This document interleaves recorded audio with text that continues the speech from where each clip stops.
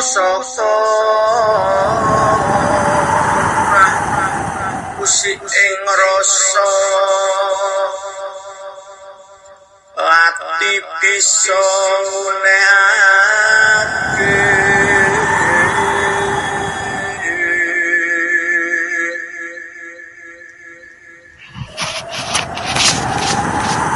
Assalamualaikum warahmatullahi wabarakatuh. Selamat pagi sugeng enjang para sutresna kang mulya.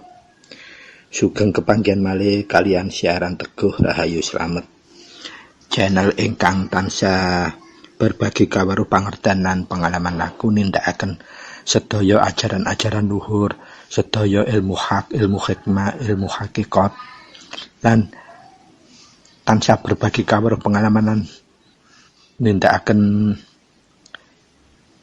laku kasampunan urip, laku kumpul nunggal suci, serta laku panca laku ngawurip ihsan, lan ingkang paling utama inggih menika tansah berbagi pangerten kawruh lan pengalaman laku nindakaken panca laku kunci ngawurip mubarok.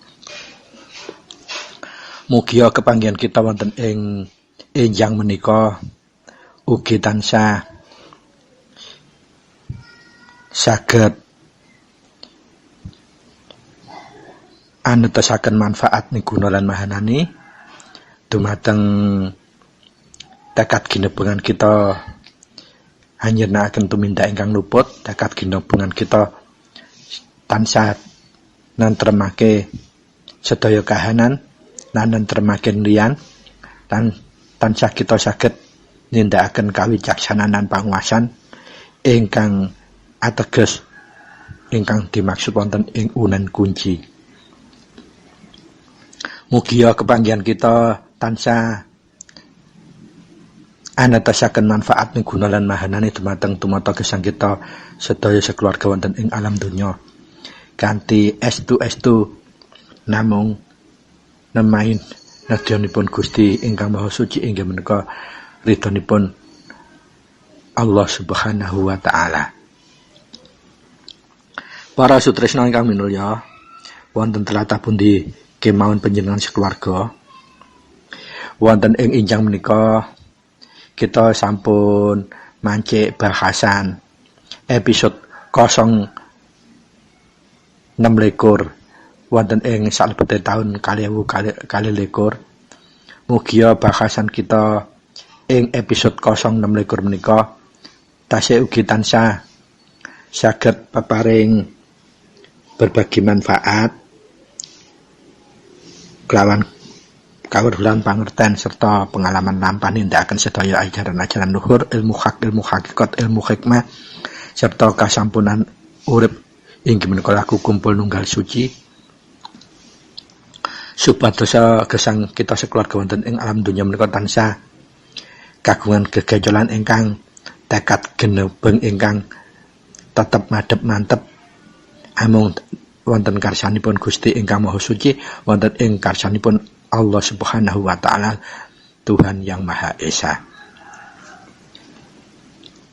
Pramila para sutresna ingkang minulya, monggo kita badhe bahas awal hingga akhir mangke kita tata niat kita jembaraken penggalih kita lapangaken dodo kita lan kita alasaken rasa jati kita supados napa bahasan kita awal hingga akhir mangke saged tetep anetasaken manfaat niguna lan mahanani saking ridhanipun Gusti ingkang Maha Suci. Pramila monggo kita nata niat kita jembaraken penggalih kita lapangaken dodo kita lan kita alusaken rasa jati kita bahas episode 026 ing salebete taun 2021 menika kuku badhe ngaturaken tema inggih menika wiwekane putra masesoni Pancabaya gesang wonten ing alam donya menika. Kuku wangsul malih tema ingkang badhe kita bahas inggih menika wiwekanipun putra masesoni Pancabaya gesang wonten ing alam donya menika. Para sutresna ingkang minulya, tema ingkang kita bahas inggih menika tema Pancabaya ingkang kedah diwasesoni putra kelawan wiwekanipun nggulung napa malih gelar. Keranten menapa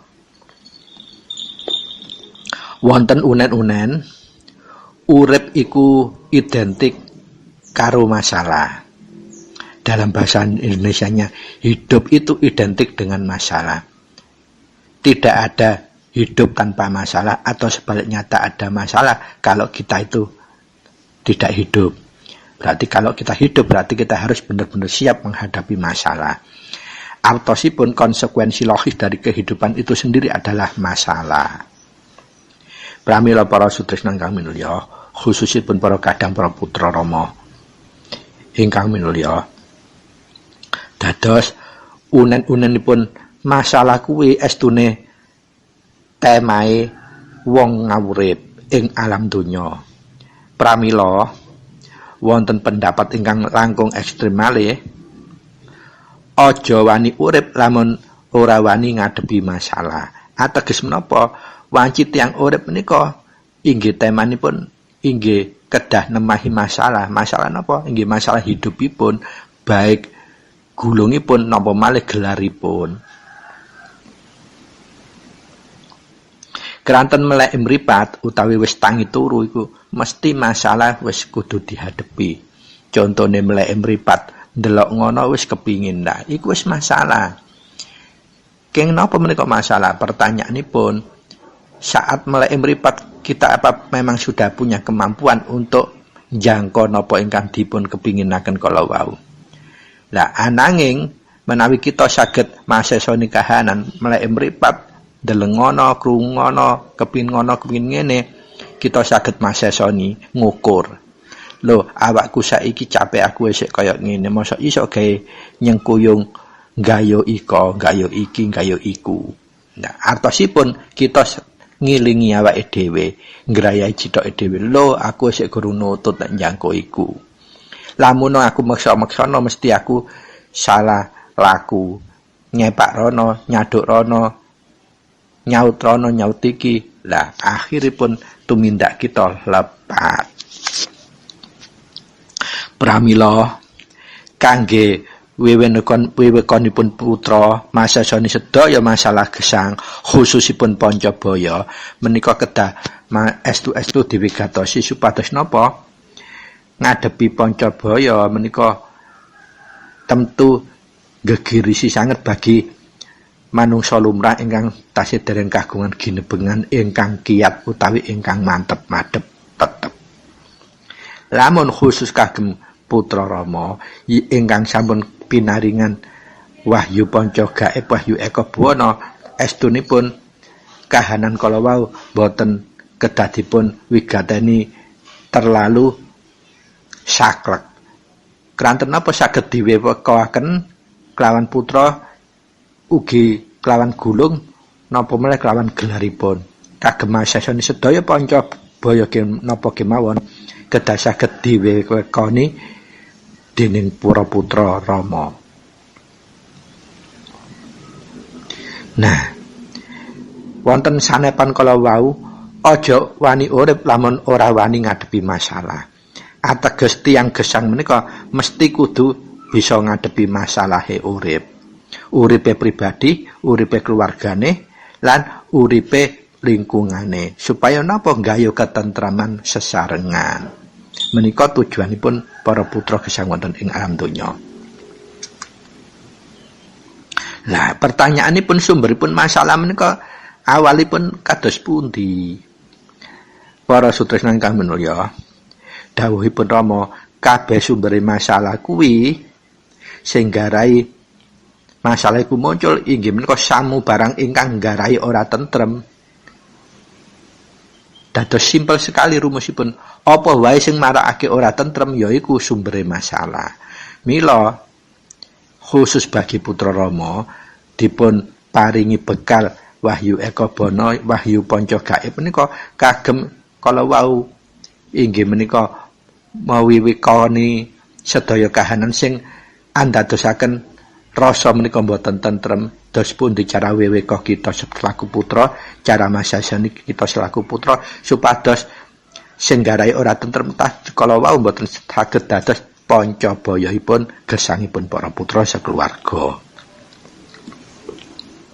Pramila para sutresna ingkang mulya, monggo kita mulai kupas setunggal demi setunggal napa ingkang kedah kita wewekani selaku putra kagem ngadepi utawi masasani sedaya Pancabaya wonten ing alam donya menika.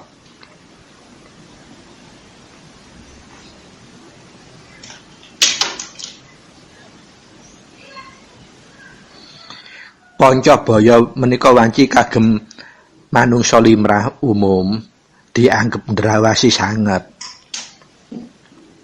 Keranten Pancabaya menika menawi kita kupas asalipun saka tembung panca ingkang artosipun 5 utawa 5. Lajeng tembung baya ingkang ateges pakewuh utawi bebaya utawi maneka warna permasalahan ingkang beresiko. Menika pemahamanipun Pancabaya. Pramila monggo kita petani setunggal-setunggal. Lajeng mungguhe putra kang dipun anggep Pancabaya menika namung saka kredane Ratu Tetelu. Duka menika saking angen-angen, duka saking Pancadriya, duka saking Budi Pakarti. Lah menika sumberipun masalah ingkang saged ndadosaken Pancabaya. Atosipun ingkang saged andadosaken rasa menika boten tentrem. Dados biangkeroke sedaya permasalahan gesang wonten ing alam donya ingkang saged muncak tumuju Pancabaya menika namung Ratu Tetelu menawi mungguhe putra. Simpel sekali. Dados pertanyaannya, barang siapa yang bisa mengendalikan Ratu Tetelu berarti dia sudah 60% lebih bisa menghadapi permasalahan kehidupannya. Sisanya yang 40% adalah kita anggulung lan anggelaripun. Nggulung berarti kita laku spiritualipun, gelar kita berarti kita laku tumindakipun raga. Pramila para sutresna ingkang minulya, wonten ing episode 06 wonten salebete taun 2022 menika kuku ngaturaken temaipun wiwekanipun putra kanggo masesani Pancabaya menika wanci top urgent utawi emergensialipun langkung wigati. Keranten napa wonten ing jaman akhir menika tumpang tinindhe kahanan gesang menika sampun andrawasi antaranipun bener lan salah, antara pebener lan asalah menika sampun tipis bedanipun. Ewet dipun bedakaken. Keranten apa? Sampun kebiasaanipun menjadi sesuatu hal yang benar-benar luar biasa. Bayangkan sekarang pola-pola kejahatan menika sampun boten ditumindakaken ing mangsa dalu. Awan kentang-kentang, siang kentor-kentor tumindak kejahatan menika sampun tanpa tedeng aling-aling. Lah menika tanda-tandanipun kita selaku putra kedat malah gegondolan marang Wahyu Eka Bawana, Wahyu Panca Gaib, kunci paweling singkir sarta mijun kok kedat semakin dikencengaken, semakin dikokohaken, semakin diwigatosaken. Keranten menapa?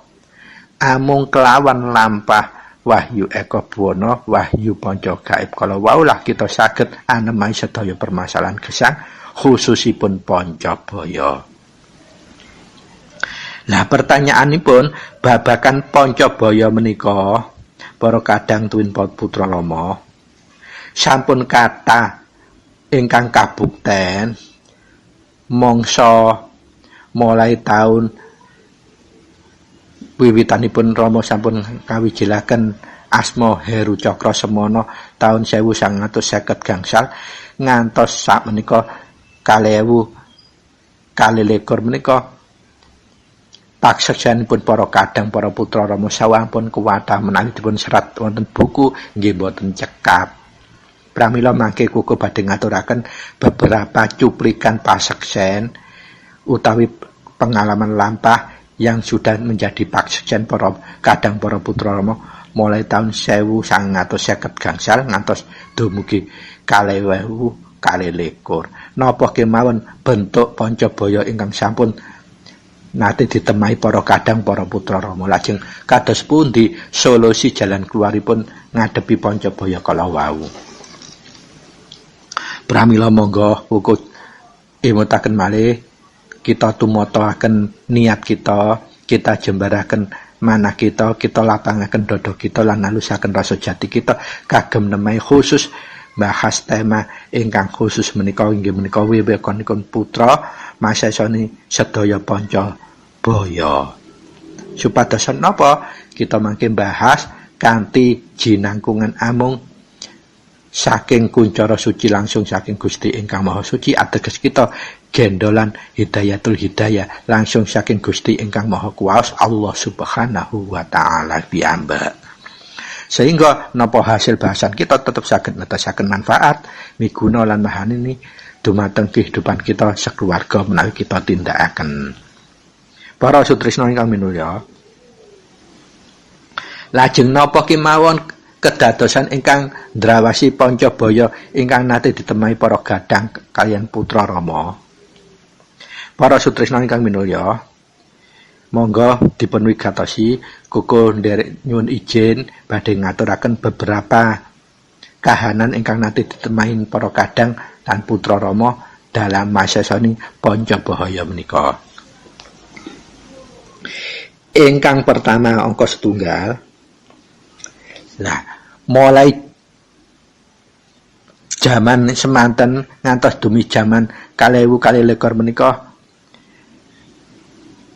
kahanan pengkerengan putra kelawan putra inggih tasih wonten ingkang kedadosan. Sampun boten disulak sumelang malih wanci menika temanipun kehidupan, permasalahan kehidupan. Dados mulai zaman rumiyin ngantos zaman sakmenika antar putra para putra menika inggih tasih sering wonten pangkerengan. Lah pertanyaane dos pundi cara mewekani putra menawi mirsani ada antara putra saling kekerengan. Duka menapa sebabipun ingkang jelas wonten kahanan kekerengan.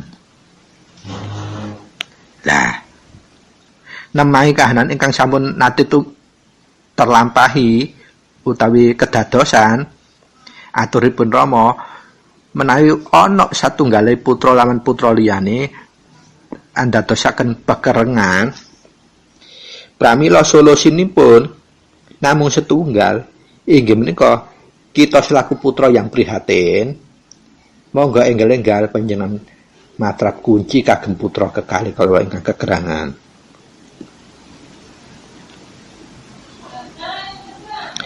Lah, biasanipun putra menika cepet banget ilinge. Pramila menawi kita nemahi wonten para putra sami-sami kekerengan, duka napa sebabipun cara masesani inggih menika kita enggal-enggal ngempakaken kunci kelawan geteripun getar. Fa insyaallah putra kekalih putra ingkang padha kekeran kala enggar cepet ilingi. Kenging napa saged mekaken para sutresna ingkang minulya menawi sampun sinebut putra menika ateges sampun lumaku. Wis dilungguhake utawi sampun pinaringan asma lebet utawi asma gulung utawi asma rohipun sampun pinaringan. Senadyan ragane menika tasih saged tumindak luput nanging sampun klebet putra menika gampang utawi cepet ilingi lamun dipun jalarain kalian matrap kunci pramila lepatipun sageng palebur gampil. Dados menawi kita nemahi wonten para sami putra pekerengan utawi padudon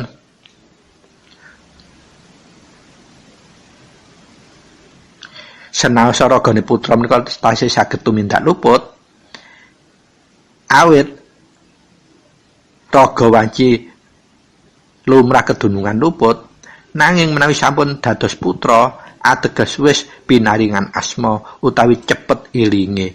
Mila yen nemu para putra padha saling kekerengan maring sepadane putra cara ngrukunake inggih namung wicaksanane ndamel kunci. Maka loro-lorone banjur eling amargi putra menika cepet ilinge. Dados menawi sakmenika khususipun menika para kadang lan para putra Rama, menurut panjenengan apa ngantek saiki isih ana ta putra gak iso rukun saling pengkerengan mbok karena berbeda pendapat cara memahami ajaranipun Rama dan seterusnya utawi cak khususipun permasalahan pribadi, monggo panjenengan cobi buktekaken menika dawuhipun Rama langsung. Terus kalau ada permasalahan di antara putra yang lainnya bisa cara ngelermaken kelawan kunci. Insya Allah kedua para putra yang kekerangan mangke cepet ilingi. Amarga kalau sudah sinebut putra iku ilinge ku cepet. Dados mengkaken solusionipun. Ingkang angka kalih kedadosan angka kalih yang sudah juga menjadi paseksen. Nate wonten putra diunek-unekake bojonipun utawi garwanipun, dilok-lokake, dipaido-paido wae, ora ana pedhot-pedhote wektale. Isuk diomeli, awan diomeli, sore diomeli, bengi diomeli. Entah ini karena apa sebabnya, yang jelas munculipun kahanan diomel-omeli tansah. Pramila menawi wonten kebetulan putra ingkang sakmenika tasih nemahi kahanan kados mekaten, monggo menika resep menika dipun lampahaken, dipun tumindakaken ugi. Dos pundi mangke paseksen panjenengan. Kanten menika wanci atur dawuhipun Rama piyambak ingkang nyolusiaken. Wekdal wonten salah setunggal putra ngaturaken pertanyaan kados mekaten. Dados intinipun ada salah setunggalnya putra diomeli terus ambek bojone gak entek-entek. Isu awan sore ngantek gebrebeken, ngantek gak kerasan kedudut tentreme pale goyah. Nah, berarti menika ugi termasuk Pancabaya, kranten Pancabaya menika inggih menika kahanan ingkang mbradosaken boten tentrem. Tapi maceme kuwatha. Lah, menawi keleresan panjenengan selaku putra nemahi kahanan kados mekaten, duka panjenengan menika satria sejatinipun menapa wanita sejatinipun, garwa kakung utawi garwa estri ingkang namahi kados mekaten, monggo panjenengan trepaken menika tips aturipun saking Rama langsung. Aturipun Rama, mangertiya kunci kuwi gawe nentremake awake dhewe, dudu kagem nentremake liyan. Yen gawe nentremaken liyan berarti iku klebu cawe-cawe liyan. Pramila kangge nemahi masalah seumpami kleresan kita nemahi masalah kados ngaten selaku putra, mila ingkang kedah dipun lampahake digulung atau dipun tumindakake digelar. Putra kedah ingkang kenceng kuncinipun banjur singkir, mantun kunci lampah singkir, banjur sabibade kunci singkir kita nyumingkir ngedohi sawatawis. Lek perlu ditinggal turu. Mila menawi kita sabibar kunci lampah singkir lanjung sumingkir apa meneh ditinggal turu, mangke lak lerem-lerem piyambak kita sampun tangi turu, sampun kahananipun benten. Dengan catatan kita saged berseni tumindaken puraga. Aja wis mari kunci, wis mari singkir, mingkir tapi ngrundel.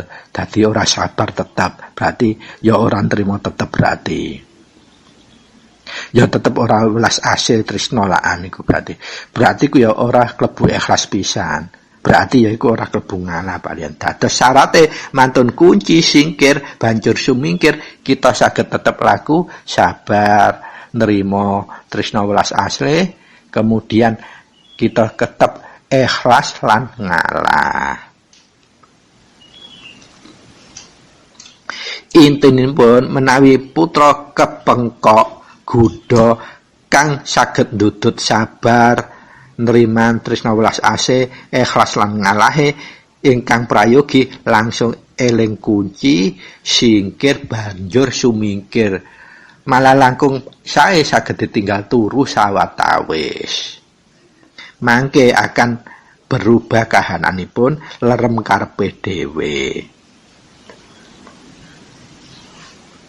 Dados monggo dipraktekaken sinten kemawon putra ingkang kleresan tasih sering nemahi duka bojo panjenengan selaku suami atau selaku istri yang istrinya masih sering tanpa alasan ngrundel dan siapa tunggalane. Lah menika ndudut ganggu ketentraman panjenengan. Monggo panjenengan tumindakan kala wau kunci banjur singkir sabibaripun singkir nyumingkir. Tapi tetap gecolane kudu sabar, nerima tresna welas asih, ikhlas lan ngalah. Lamun panca laku pambersine raga kuwi ora ditumindakne tetep kunci lan singkire mau ya ora ana dudu ora ana manfaate, ora gathuk pangumbahing raga. Dados mahanane mboten tumeka. Soalnya apa kene nglanggar pambersining raga. Dados kala wau kangge nemahi Pancabaya ingkang kahanan angka 2. Lajeng monggo kita berlanjut ingkang kahanan angka 3. Putra ketemu mungsuh. Njur diajak padudon. Lah menika sering sangat selaku putra biasane ku akeh wongku sing iri dengki kongkiren lajeng pingin nyoba. Lah menika panjenengan kedadi catat diyakini bahwa kalau kita selaku putra siapapun yang ingin mendeteksi kita itu punya ilmu atau tidak akan bisa tembus. Dia akan melihat bahwa kita tidak punya ilmu. Tapi lamun kate nyoba pasti ora bisa.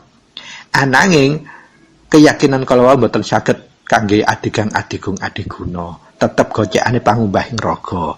Laku sabar, nerima tresna welas asih, lalu ikhlas tur ngalah.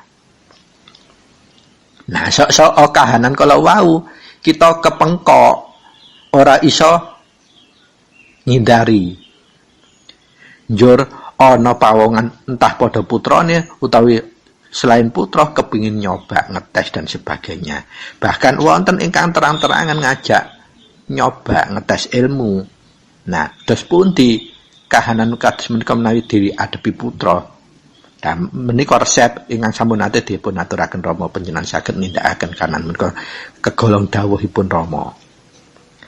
Dados menawi putra menika mestine wis ora duwe musuh. Lamun nyatane yen ana putra isih nemahi nganggep ana duwe musuh, ateges putra kuwi lali marang kuncine.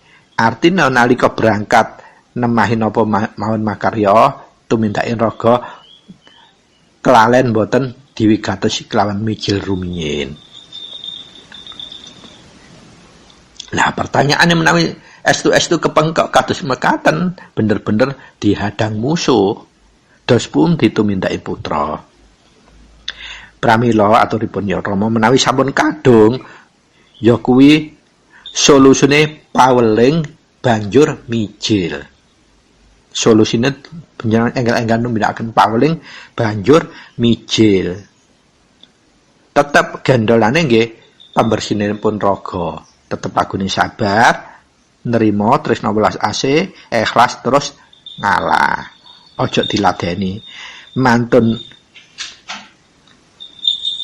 paweling lajeng mijil terus kene ngladeni ya padha wae kene berarti nglanggar pambersining raga. Dados mantun paweling mijil panjenengan harus mingkir ngalah. pasti musuh kalau munasika boten saged netakaken kepingin nyobaipun. Keranten menika sampun aturipun Rama, berarti paksajanipun sampun kathah. Atosipun para putra swargi Rama sugeng kalawa nggih kathah nemahi kedadosan kados mekaten. Napa malih jaman ingkang tumpang tumindhih menika kuwatah resiko kita ngalami kahanan kados mekaten. Nah, resepipun kados kala wau. Dados sak bibaripun kita paweling langsung mijil terus kita sumingkir. Ngalah. Fa insyaallah mongso ingkang kepingin padudon kala wau akan munasika, saged munasika atau iso batal, bahkan iso sadar. Lamun gecolane tetep sabar nrimo tresna welas asih ikhlas kanthi ngalah. Lajeng kahanan ingkang angka sekawan inggih nate salah setunggali putra wonten ing suatu pasrabungan utawi forum pertemuan ngupas angrembak sesuatu permasalahan.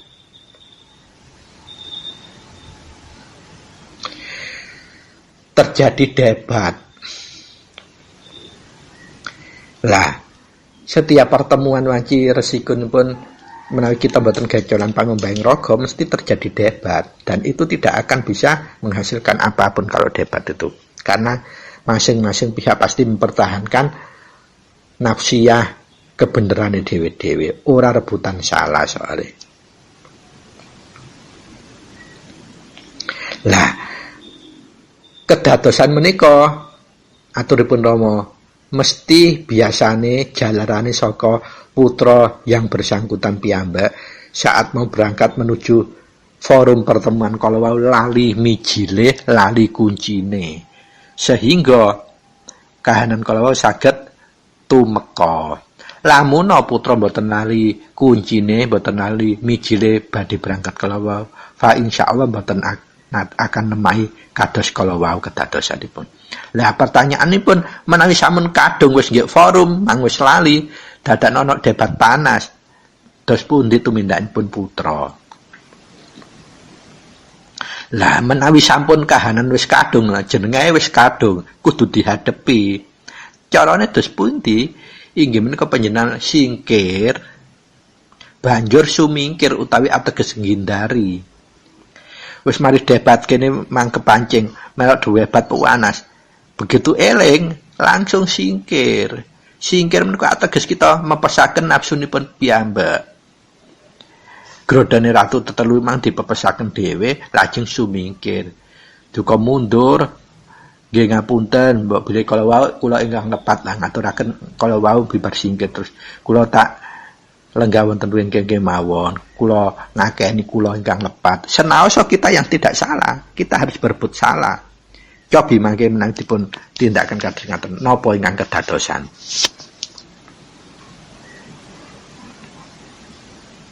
Dados kala wau tata carane. Kalau singkir kita terus sumingkir, tetap mereka isih ngotot. Nah, ingat ini hanya boleh dilakukan kalau benar-benar darurat. Kalau sudah benar-benar darurat kita masih dikejar. Jadi pamungkas utawi alternatif terakhir panjenengan kunci ingkang geter 3 kali, njur gedruk bumi 3 kali tanpa nafas. Jadi kuncinya tanpa nafas 3 kali, njur gedruk bumi 3 kali tanpa nafas. Sabibaripun gedruk bumi kala wau panjenengan tutup kalian paweling. Paweling disertai mijil pangestu. Terus pun ditata carane monggo panjenengan wigatosi. Umpamane kepeksa panjenengan langsung matrap kunci dalam hati tanpa nafas 3 kali. Sak bibaripun 3 kali panjenengan gedruk bumi 3 kali, banjur panjenengan paweling 1 loro 3 telonono 1 siji loro-loro telu telonono, siji sekti loro dadi telu pandita, siji wahayu loro gerak rahina, telu rejeki. Njur panjenengan tutup kelawan mijil pangestu. Jeneng disebut jeneng sira mijila, panjenengan ingsun kagungan karsa arsa nyuwun tambahi pangestunipun murih kasembadan lan kaselaksanan sediane kanthi teguh rahayu slamet. Panjenengan tutup saking pangestunipun Rama, pangestunipun Rama, pangestunipun Rama. Sampun dados mantun kunci 3 kali tanpa nafas, ngedruk bumi 3 kali, ajeng panjenengan paweling ditutup mijil pangestu. Sampun. Napa mangke ingkang kedadosan? Menika inggih sering kula lakukan kalau bener-bener sudah tidak ada alternatif. Tapi tata carane kados ngaten, mari kunci tanpa ambakan ping 3, gedruk ping 3 kudu dipaweling pangestu. Paweling mijil pangestu. Kenapa? Supaya kita tetap tidak kelerep kedudut. Dan hasilnya biasanya nanti orang tersebut akan nyedaki kita minta maaf. Atau kalau dia masih belum bisa seperti itu, langsung lerem. Tidak ada perdebatan lagi. Cobi panjenengan praktekaken. Nah, monggo kita nggayuh kahanan paseksen Pancabaya ingkang angka gangsal. Nah, wonten setunggal putra ingkang nyambut damel diunek-unekke, dipaido, didukani atasanipun. Ngewanti meh kedudut tentreme, meh kedudut muring amarahib utawa kate bales pegel. Keranten apa? Ora ngerti jlontrong aku lho, salahku apa ngono. Nah, para sutresna ingkang minulya, para kadang para putra Rama, wonten pasrawungan pendamelan hierarki organisasi atau hubungan vertikal atasan dan bawahan, wanci kadang-kadang ndudut rasa tentrem. Kesumpekane atasan bisa diumbar dilimpahaken dhateng bawahan, tetapi kesumpekane bawahan ora bisa terkadang dikomunikasikan ke atasan. Nah, itu wanci resiko konsekuensi logis sebagai seorang pekerja jadi bawahan. Kedai kalau kita selaku putra, metan ini namun siji. Aku bang kate berangkat makarya wis ngunci, wis mijil apa durung. Lah, fa insyaallah mestine lali kuncine, lali mijile mau kate berangkat. Saumpame kepeksa wis kunci, wis mijil kok isih nemu kaya ngene, pasti kuncine saenake dhewe, mijile ya saenake, kurang iso oleh poke menepe manah. Dados wek kuncine didoli, mijile didoli. Ora ditunggu ngantek nampa isyarahe. Dengan alasan apa? Waktune wis mepet, dilek telat. Nah, padahal kalau kita kunci temenan, mijil temenan, waktu yang kelihatannya mepet kepepet ingkang koko nate aturaken, ternyata akhirnya kita bisa nyampe dengan sesuai dengan keadaan yang drawasi kalau mboten nglanggar napa-napa, mboten ngantek telat. Nah, menika sarene kedadosan menika wanci kedadosan salah setunggal putra diunek-unekne atasan, diuring-uring ora ro sebabe. Lajeng saking panelangsane menika matur. Matur dhateng Rama kados mekaten. Lajeng menapa aturipun Rama? Yen nemai kahanan kados mekaten, ngono kuwi pasti putra piyambak lali kelawan kuncine utawi lali kelawan mijile, utawi nindakaken kunci lan nindakaken mijil padha karo tiyang ingkang nindakaken kewajiban syariat mengguguraken kewajiban. Atosipun intine mahananine mboten dipun gayo. Lah, sarene menika sampun kedadosan dos pundi cara ngadepipun? Mila menawi nemahi kahanan kados mekaten, lamun putra kalau gelem ngakoni keluputane, oh wis pasti dibalekno ayo iki salahku. Selaku putra mengkuncine gak temen, mijile ora temen. Nah, artosipun sampun ngakoni kelepatan, pramila kita langsung saged nindakaken kunci malih, mijil malih, njur candle, dos pundi panjenengan wigatosi jalaran atasan jenengan tasik ngomel napa mboten. Nah, keranten menika sampun paseksen, insyaallah mboten akan breset. Lagi pula ingkang ngaturaken Rama piyambak. Dados kunci maneh, njur mijil maneh, tapi sing estu-estune kunci, estu-estune mijil. Lajeng mendel. Mendel artine napa? Goceki pangumbahing raga, sabar, nrimo, tresna welas asih, ikhlas kanthi ngalah. Lah menika wonten inggih paseksen ingkang numindakaken ngaten, tapi kanthi kala wau sabar nrimo tresna welas asih kanthi ikhlas lan ngalah, sehingga akhiripun dadi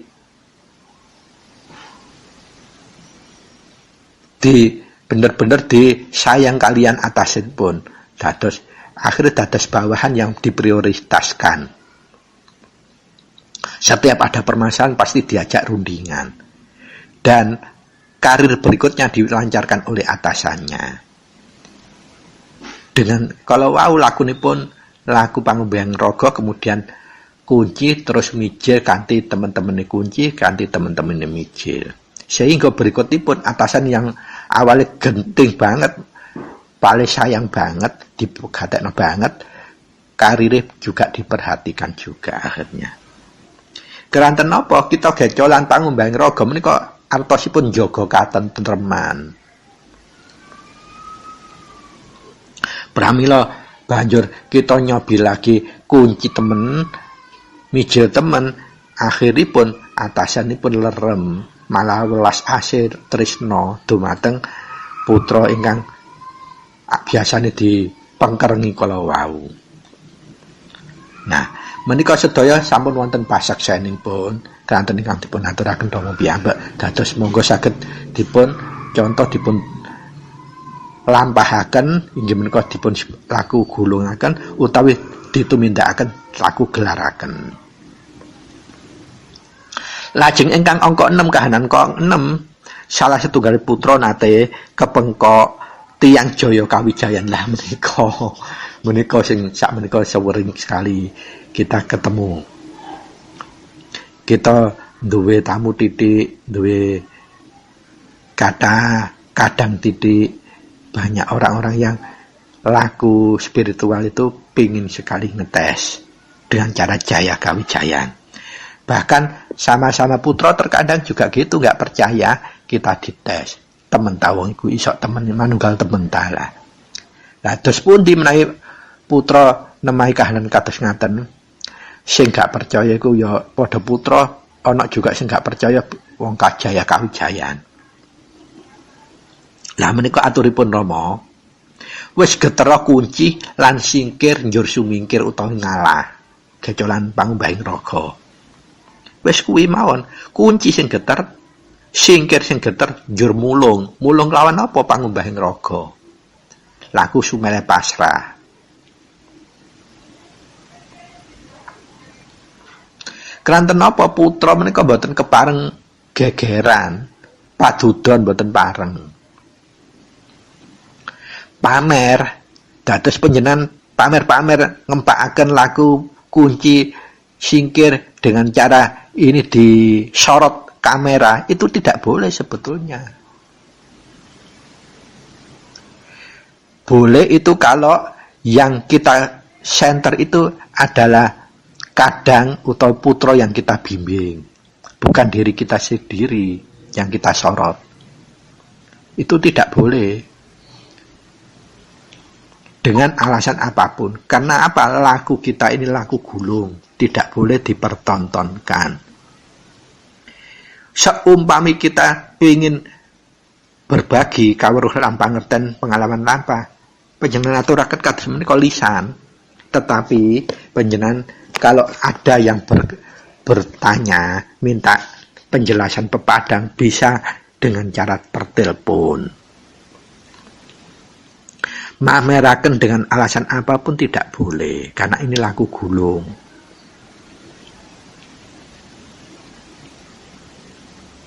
Dados, kalau benar-benar kita kepengkok tiang Jaya Kawijayan utawi sesami putra yang nggak percaya apa bener sih wis laku wingi kok wis manunggal kok wis wani ngekekno kunci nyang liyan. Kemudian didudut dicoba. Lampane namung kalau wau geter kunci, balung singkir terus sumingkir. Gejolan pangumbahing raga. Ngalah sumeleh. Pasrah.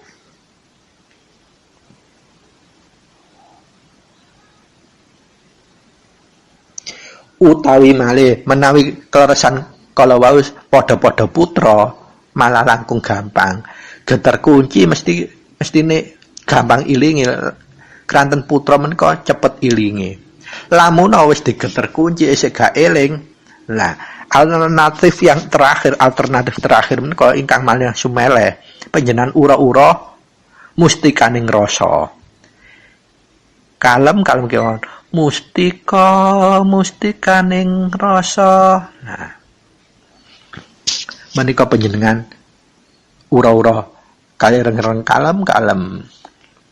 Ngantos selesai. Mangke putra ingkang tetep piandel Aji Jaya Kawijayan kepengin nyobi kita mangke. Rasane awake kaya keroken ora nyaman banget lek ngrungokne ura-ura mustikaning rasa. Kita ura-ura alit-alit mawon, kalem mawon. Gak nyaman banget, awake kaya keroken kabeh. Panjenengan cobalah menawi mboten percatos. Dengan catatan panjenengan lambari kunci rumiyin lajeng singkir ingkang geter baru mustikaning rasa. Mustikaning rasa. Lah nika lho. Datan ora padha uwalira lamun wis padha mijil. Lah menika unan-unanipun. Coba panjenengan praktekaken. Menika catatan sesami putra lho nggih.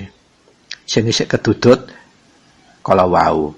Lho, wong iku lho isih dadi putra isih pirang wulan kok wis wani ngekeki kunci, kok wis wani nglenggahake bimbing kunci liyan. Wonten ngoten niku.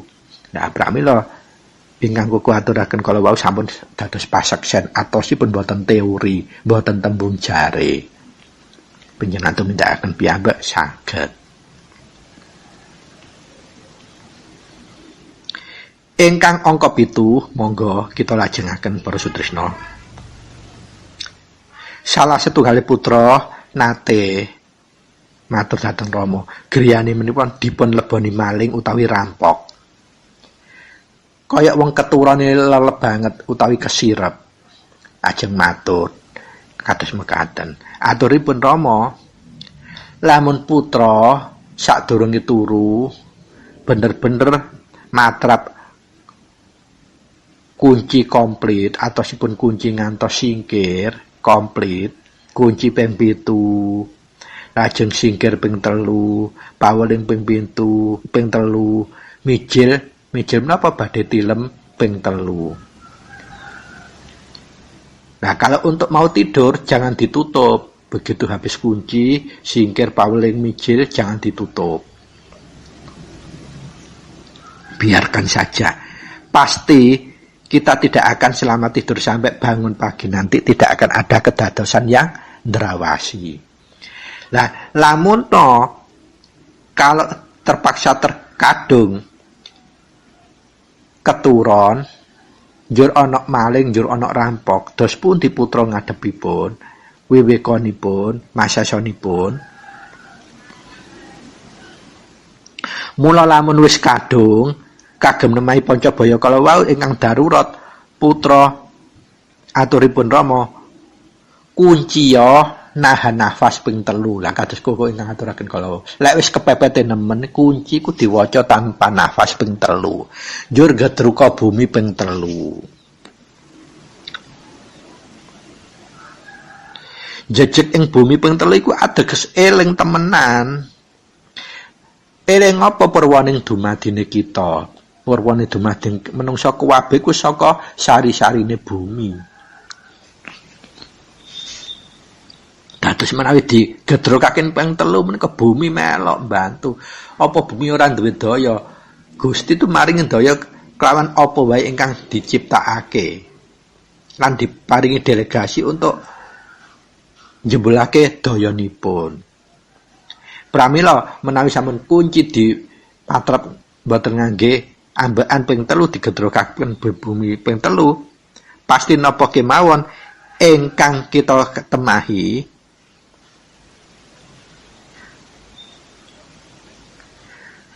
kados lungkruh, boten lumpuh lho, lungkruh. Kaya lemes, dayane kesedot.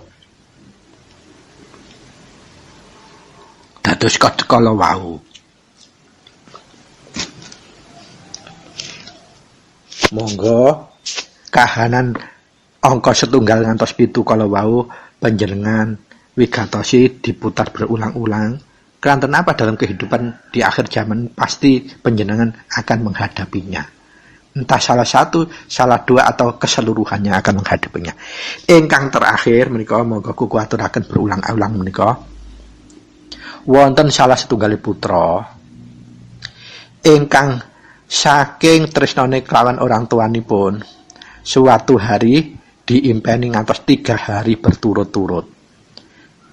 Bapakipun ngipeni ngetok rantai gede dikalungaken ambek sikil tangane dirantai. Nggih tempat yang bener-bener ketok wengker angker gegirisi. Keadaane kusut, pakaiane campang-camping, rambutnya dawa lusuh, wajahnya tidak beraura. Lajeng putra kalawa kelanten dipun impeni 3 hari berturut-turut dengan impi yang sama. Sawan dateng ngarsanipun Rama matur. Dos pundi kahanan menika Rama? Lah menapa dawuhipun Rama? Rama lajeng matur. Wis saiki nyobi niti priksa. Bibar niti priksa kok isih ketok, lajeng Rama dawuh. Wis lek ngono saiki pawelinga njur mijila nyampurnakake. Sabibare putra kala wau paweling njur mijil nyampurnakake. Rama ngaturaken wis saiki nitra priksa malih. Nitra priksa yang terakhir setelah paweling dan mijil nyampurnakake kala wau.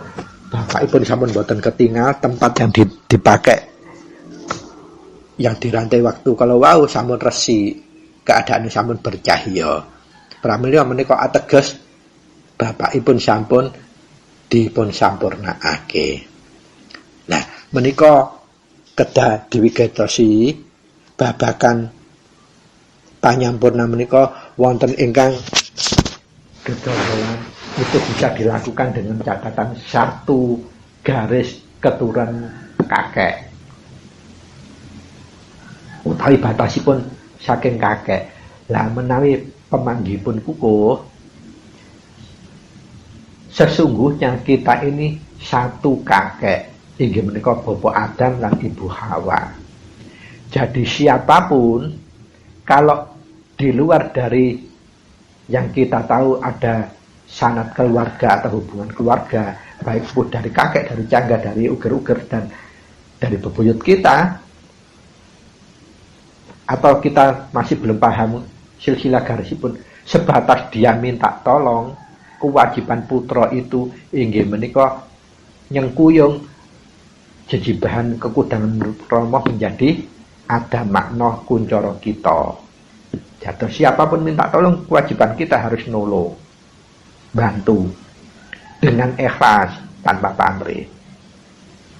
Dados bisa kita lakukan. Dan ini yang sering kukuh lakukan kalau kita ngadepi ada orang yang nazak sakaratul mautnya itu sulit. Sudah beberapa hari di ngajeni Yasin dan sebagainya belum selesai.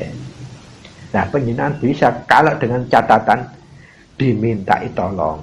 Tapi kalau itu masih ada hubungan keluarga, penjenengan bisa inisiatif. karena keluarga. Supados napa terpapai pemahaman beda pemahaman. Sebagian bini sepuh ada yang gitu tadi terlalu kaku,